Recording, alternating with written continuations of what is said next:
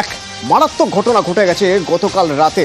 একবার ভাবুন, হাইওয়ে দিয়ে হু হু করে ছুটছে একটা গাড়ি, পিছনে ধাওয়া করছে আরেকটা গাড়ি, মাঝে মধ্যেই ধাক্কা মারছে পিছনের গাড়িতে। সেই গাড়িতে রয়েছেন এক তরুণী এবং তাকে টিজ করা হচ্ছে। গাড়িতে যারা টিজ করছেন তারা মদ্যপ, এবং টিজ করতে করতে একসময় ধাক্কা এবং গাড়িটা উল্টেই গেল। দেখুন, আমরা একবার গ্রাফিক্যালি দেখানোর চেষ্টা করছি যে ঠিক কী হয়েছিল। একবার রাস্তাটা দেখছেন, এই কী অবস্থা হয়েছিল, কোথায় দুর্ঘটনা হয়েছিল।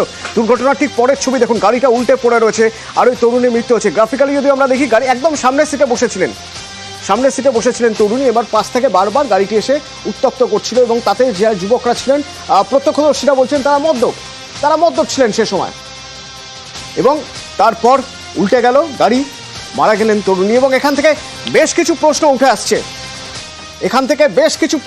আসছে। আমরা যখন কথা বললাম বিভিন্ন মানুষের সঙ্গে, সেই সময় আমরা কথা বলতে শুরু করেছিলাম। আমরা কথা বললাম লীনা গঙ্গোপাধ্যায়ের সঙ্গে, রাজ্য মহিলা কমিশনের চেয়ারপারসন। তিনি একটা অন্যরকম সচেতনতার পাঠের কথা বললেন, একবার শোনাবো আপনাদের।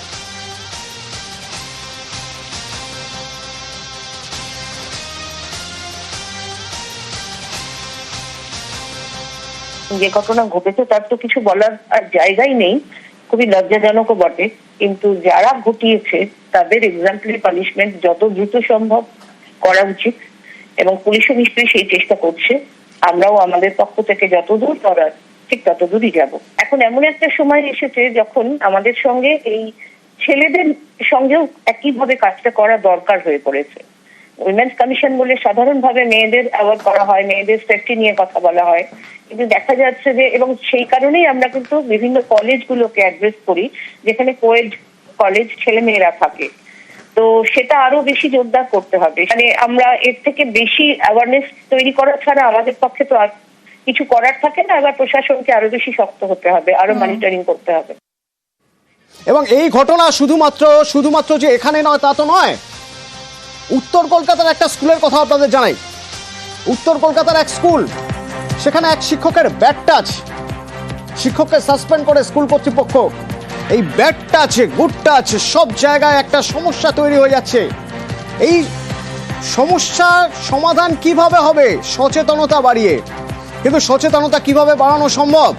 শুধুমাত্র নারীদের সচেতন করে লাভ আছে না, পুরুষদেরও সচেতন করতে হবে। লীনা গঙ্গোপাধ্যায় যে কথা বলছিলেন, পুরুষদেরও সচেতন করতে হবে।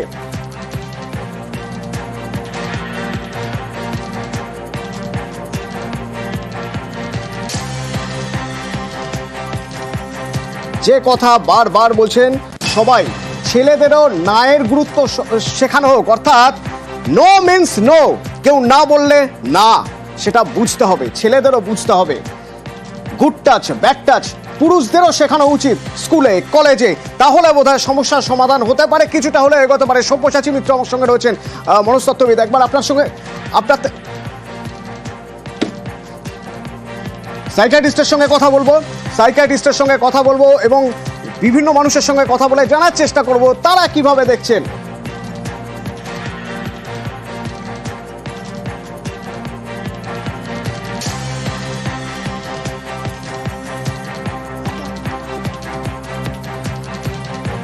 সব্যসাচী মিত্র আমার সঙ্গে রয়েছেন। কোথাও কি মনে হয় সব্যসাচী বাবু, ছেলেদেরও এবার নো মিন্স নো এটা শেখানো, অনেক কম বয়স থেকে শেখানো উচিত, তাহলে হয়তো এই ধরনের অপরাধ কমবে? আমার মনে হয় আপনি একদমই ঠিক বলছেন, এবং আপনার প্রিভিয়াস যে বক্তা ছিলেন উনিও একই কথা বলেছেন। আই টোটালি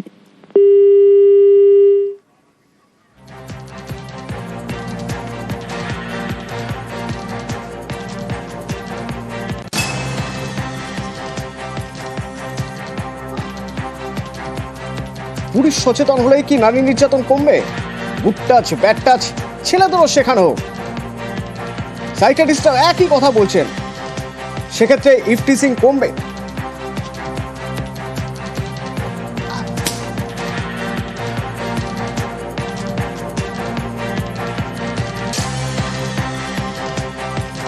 আমার সঙ্গে দেবলীনা রয়েছেন, অভিনেত্রী দেবলীনা রয়েছেন। একবার কথা বলবো। Debolina, good touch, bad touch যদি ছেলেদেরও শেখানো হয় স্কুল থেকে, কলেজ থেকে, যদি শেখানো হয় দেবলীনা, তাহলে কি এই যে অপরাধ প্রবণতা কিছুটা হলেও কমবে, শোধরাবে সমাজ, কি মনে হয়? শুধু তাতে হবে বলে আমার একেবারে মনে হয় না। তার কারণ হচ্ছে গুড টাচ ব্যাড টাচ এখন যেখানে যেখানে শেখানো হয়, এমন বহু জায়গার সাথে আমার পরিচয় রয়েছে যেখানে ছোট ছোট ছেলে এবং মেয়েদেরকে একসাথে বসিয়ে গুড টাচ ব্যাড টাচ শেখানো হয়। এ আমার স্বচক্ষে দেখা, মানে 4-5 বছর বয়স থেকে ছেলেরা এবং মেয়েরা একসাথে বসে। শুধু তাতে হবে না, সেটা তো জরুরি, আমি একেবারে সহমত এটার সাথে। তার পাশাপাশি যেটা করতে হবে সেটা হচ্ছে এই যে ঘটনাটা আজকে ঘটেছে, এই ধরো এটা তো বিরাট ঘটনা, মেয়েটিকে প্রাণ হারাতে হয়েছে। এরকম ন্যূনতম কোনো ঘটনা যখন ঘটবে, মানে একটা টিটকিরিও যদি হয় রাস্তায়, আর সেই টিটকিরির ভিত্তিতে যখন একটি মেয়ে গিয়ে কমপ্লেন করবে একটি ছেলের নামে, সেই সাহসটা যেন একটি মেয়েকে জোগাতে পারি আমরা সমাজ হিসেবে, আমরা আইন হিসেবে। আইনকে অনেক কঠোর হতে হবে। মানে আমি জানি না, যদি রোজ একটি মেয়েকে টিটকিরি শুনতে হয় এবং আমাকে না টিটকিরি দেয় একটি ছেলে, আইনের জায়গায় থাকবে, ডেফিনেটলি আইন আরো কঠোর হলে এ ধরনের অপরাধ কমবে দেবলীনা। কিন্তু এটাও তো সত্যি যে আমরা যদি নিজেরা সচেতন হই, ছেলেদের যদি এইভাবে শিক্ষা দেওয়া হয় স্কুল থেকে, কলেজ থেকে, মেয়েদের তো শেখানো হয় গুড টাচ কোনটা, কোনটা bad touch, no means no. ছেলেদেরকে শিক্ষা তো দিতেই হবে, যেটা আমি প্রথমেই বললাম, আমি সহমত। কারণ ছেলেদেরকে শিক্ষা দেওয়া কিন্তু গুড টাচ ব্যাড টাচ নিয়ে আমার বক্তব্য এটাই যে অলরেডি শুরু হয়ে গেছে। আমার কথা হচ্ছে কিন্তু আমাদের সমাজে তো এরকম ছেলে পেলেও ভর্তি যারা স্কুলে যাওয়ারই অবকাশ পাচ্ছে না। আমার আশেপাশেই, আমার পাড়াতেই রয়েছে যারা স্কুলে যাওয়ারই অবকাশ পাচ্ছে না, তাদের বাবা মায়েরাই এই শিক্ষাটা কোনোদিন পাননি। মানে এই শিক্ষাটা যে পাবে গুড টাচ ব্যাড টাচের মধ্যে স্ট্যান্ডার্ডাইজ জিনিস, এই শিক্ষাটা পাওয়ার অবকাশই পাচ্ছে না, পয়সাই নেই স্কুলে যাওয়ার। সেই সব ছেলেরা কিন্তু আইনকেই ভয় পাবে, তাই শাস্তিটাও আমার কাছে সমান জরুরি। Thank you Debolina. কি হয়েছিল দুর্গাপুর ওই পানাগড় হাইওয়েতে, ঠিক কখন হয়েছিল, কতক্ষণ ধরে টানা চেস করে গেছে ওই গাড়ি? আমার সঙ্গে অর্পণ রয়েছেন, সরাসরি একবার অর্পণের সঙ্গে কথা বলবো। অর্পণ, গাড়িটার অবস্থা দেখে বোঝা যাচ্ছে যে কি ভয়ানক দুর্ঘটনা ঘটে গিয়েছে। তার আগের কথা এখনো পর্যন্ত আমরা কি জানতে পারছি? কত দূর থেকে চেস করছিল, কখন থেকে চেস করছিল, গাড়িতে যারা ছিল তাদের কোনো হদিশ মিলল? দেখো, একেবারেই 5 কিলোমিটার থেকে কিন্তু ধাওয়া করেছিল, কারণ বুদবুদ থেকে একেবারেই এই সাদা গাড়ি কিন্তু ধাওয়া করে নিয়ে আসছে এই তরুণীর গাড়িকে। এরপরে 5 কিলোমিটার আসার পর তারা বাইপাস রাস্তা নেয়, সেই সময় কিন্তু এই গাড়িকে ধাক্কা মারে, কখনো পেরিয়ে যাওয়ার চেষ্টা করে, গাড়িতে যেতে যেতে কটূক্তি কাজ নামিয়ে। এবং দেখা যাচ্ছে যে এই সাদা গাড়িতে যে যুবকরা ছিল তারা প্রত্যেকেই মদ্যপ অবস্থায় ছিল, এবং তরুণীর গাড়িতে 3 জন ছিলেন, চালক সহ মোট 5 জন, এবং তারাও কিন্তু অল্প বিস্তর আহত হন। এবং যখন রাস্তা দিয়ে যখন তাকে ধাওয়া করে নিয়ে আসছে, গাড়ি কিন্তু গতিতেই ছিল, এবং সাদা গাড়ির যিনি চালক এবং যারা মদ্যপ অবস্থায় ছিলেন তারাও কিন্তু এই তরুণীর গাড়িকে লক্ষ্য করে কিন্তু এগিয়ে যেতে থাকে এবং বেশ কয়েকবার ধাক্কা দেয়। এবং তরুণীর গাড়ি যখন সার্ভিস রোড দিয়ে অর্পণ আমার সঙ্গে থাকো, একটু তোমার থেকে আরো একটু ডিটেলে জানতে চাইবো। শুরু হয়েছিল একটা পেট্রোল পাম্প থেকে, তো ক্লোজ সার্কিট ক্যামেরার ফুটেজ আমরা দেখাই। অর্পণ, এবার তোমার কাছ থেকে একটু জানতে চাইবো, এই পেট্রোল পাম্পে কি হয়েছিল? দেখো, একেবারেই যে পেট্রোল পাম্পের ঘটনা শোনা যাচ্ছে, একেবারে সেটি কিন্তু গলসি থানার অন্তর্গত এই পেট্রোল পাম্প। সেখানে কিন্তু তরুণীর গাড়ি যখন পেট্রোল পাম্পে তেল ভরানোর জন্য যায়, তারপরেই কিন্তু এই যুবকরা সেই গাড়িকে লক্ষ্য করে সেখান থেকে কিন্তু ধাওয়া করে আসে। এবং দেখা যাচ্ছে কিন্তু যে পেট্রোল পাম্প থেকেই কিন্তু মূলত সূত্রপাত, এই তরুণীর গাড়িকে লক্ষ্য করেই কিন্তু এই কটূক্তি করতে করতে আসে যুবকরা সাদা গাড়িতে। তারপর বুদবুদ থানা পেরিয়ে যখন কাকসা এলাকায় প্রবেশ করে, অর্থাৎ একেবারেই ন্যাশনাল হাইওয়ে 19 নম্বর জাতীয় সড়ক দিয়েই কিন্তু এই গাড়ি লক্ষ্য করে আসে। এরপরে এই পেট্রোল পাম্পে গাড়িটা দেখতে পাচ্ছেন, এই গাড়িতে তরুণী ছিলেন। বাঁ দিকে দেখুন, ড্রাইভারের সিটের ঠিক পাশে সামনে স্টে, এখানে তরুণী বসিয়েছিলেন। পেট্রোল ভরার পর চলে যায় এবং এখান থেকে পিছনের গাড়ি সেখান থেকে তাদের পুশ করতে শুরু করে এবং তারপর একটা সময় তাদের ক্রস করে বেরিয়ে চলে যায়। রাত 2:36 ছবি দেখছেন। এরপর বেরিয়ে যাওয়ার পর 5 কিলোমিটার রাস্তা, টানা রাস্তা উত্তপ্ত করতে করতে যায় গাড়ি। পিছন থেকে চেস করছে বারবার, কখনো সামনে চলে আসছে, কখনো পিছন থেকে ধাক্কা মারছে। অর্পণ, এরপর ঠিক কোন জায়গায় দুর্ঘটনা ঘটলো কিভাবে?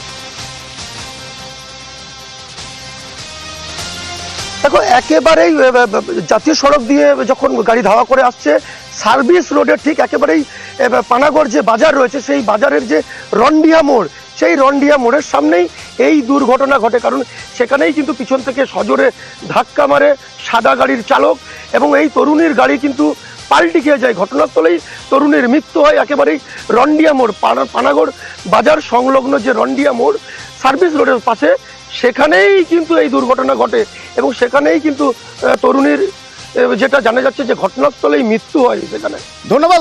ধন্যবাদ অর্পণ। ওই গাড়িতে ওই তরুণীর সঙ্গে ছিলেন যারা, তাদের বক্তব্য একবার শুনবো আমি।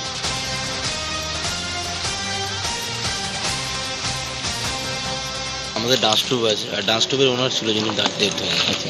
কোথায় যাচ্ছিলেন, কোথা থেকে? আমরা গোয়ায় যাচ্ছিলাম। কোথা থেকে? আমরা চন্দননগর থেকে যাচ্ছি। গাড়িতে কতজন ছিল? এবার গাড়িতে যারা উপস্থিত ছিল তারা অ্যাপ্রক্স বলতে পারবে, কারণ আমরা ট্রেনে ছিলাম। আমরা ট্রেন থেকে খবরটা পেয়ে এখানে এসেছি ডিরেক্টলি। গাড়িতে যারা উপস্থিত ছিল মোটামুটি তারা ড্রাইভারকে নিয়ে 5 জন, যেটুকুন আর কি জানাই। হ্যাঁ, এটা তো অবশ্যই একটা আতঙ্কের বিষয়। মানে এরকমভাবে মানে জেনে জানি না এরকম কীরকম কী করা হয়েছে, কিন্তু গাড়িতে যারা ছিল তাদের কথা অনুযায়ী এটা তো আর কি জেনে বুঝেই করা হয়েছে আর কি। আমাদের ওভারটেক করে গিয়ে আমাদের সামনে চলে গেছে। যাওয়ার পরেই যেই আমরা আজ থেকে যাচ্ছি, যাওয়ার পর এরকম করে মারলো পিছন দিয়ে, আমাদের গাড়ি পাল্টে। কোনো বাজে ইঙ্গিত করছিল? হ্যাঁ, হাত দেখাচ্ছিল সবাইকে, ম্যাডামকে ফুলফাল মানে কমেন্ট করছিল, পুরো মধ্যম অবস্থা। লাস্টে আমি গাড়িতে যখন ভিতর দিয়ে বেরিয়েছি, বেরোনোর পর দেখছি ওদের গাড়িতে হয়ে গেছে, গাড়ি স্টার্ট দিয়েছে। তখন আমি ওদেরকে ভিতর দিয়ে কলার ধরেছি, ধরে চাবিটা কেড়েছি। তখন আমাকে 2 ঠাসা মেরেছে। তাও আমি চাবিটা কেরমভাবে করে চাবি বের করি। কতজন ছিল গাড়িটার ভেতরে? সাদা গাড়ি 4-5 জন ছিল। পুলিশ ঘটনাস্থলে আসে। পুলিশ ইতিমধ্যেই গাড়িটিকে চিহ্নিত করেছে এবং গাড়ির নাম্বার প্লেট থেকে চেক করে দেখা যাচ্ছে গাড়ির মালিকের নাম বাবলু যাদব।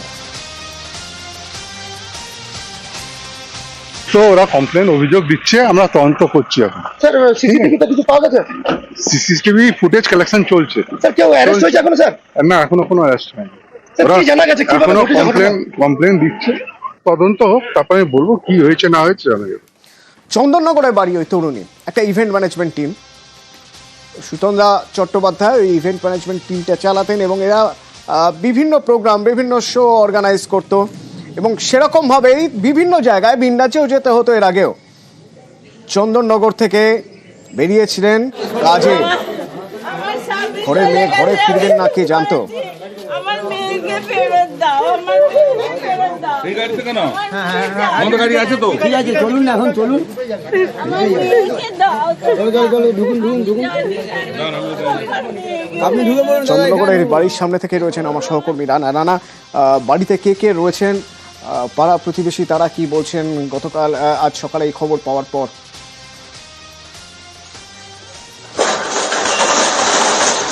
হ্যাঁ দেখো অতনু, সুতন্দা এই যে মানে দুর্ঘটনায় যে মৃত্যুর ঘটনা কিন্তু খবর আসতেই গ্রামে কিন্তু মানে ওই পাড়াতে ওই নাড়ুয়া রায়পাড়ায় কিন্তু শোকের ছায়া নেমে গেছে। মানে তুমি বুঝতেই পারছো, যেহেতু সুতন্দা বাবা 8 মাস আগেই ক্যান্সার আক্রান্ত হয়ে মারা গেছে, বাড়িতে আছেন মা, বৃদ্ধা ঠাকুমা ও দিদিমা। ফলে এই সংসারটাকে কিন্তু এই লাস্টে সুতন্দাই সে তার নাচে বিভিন্ন প্রোগ্রাম করে বাইরে যে সমস্ত টাকা রোজগার করতো সেটাই কিন্তু সংসারে একটা বড় আয়ের সোর্স হয়েছিল।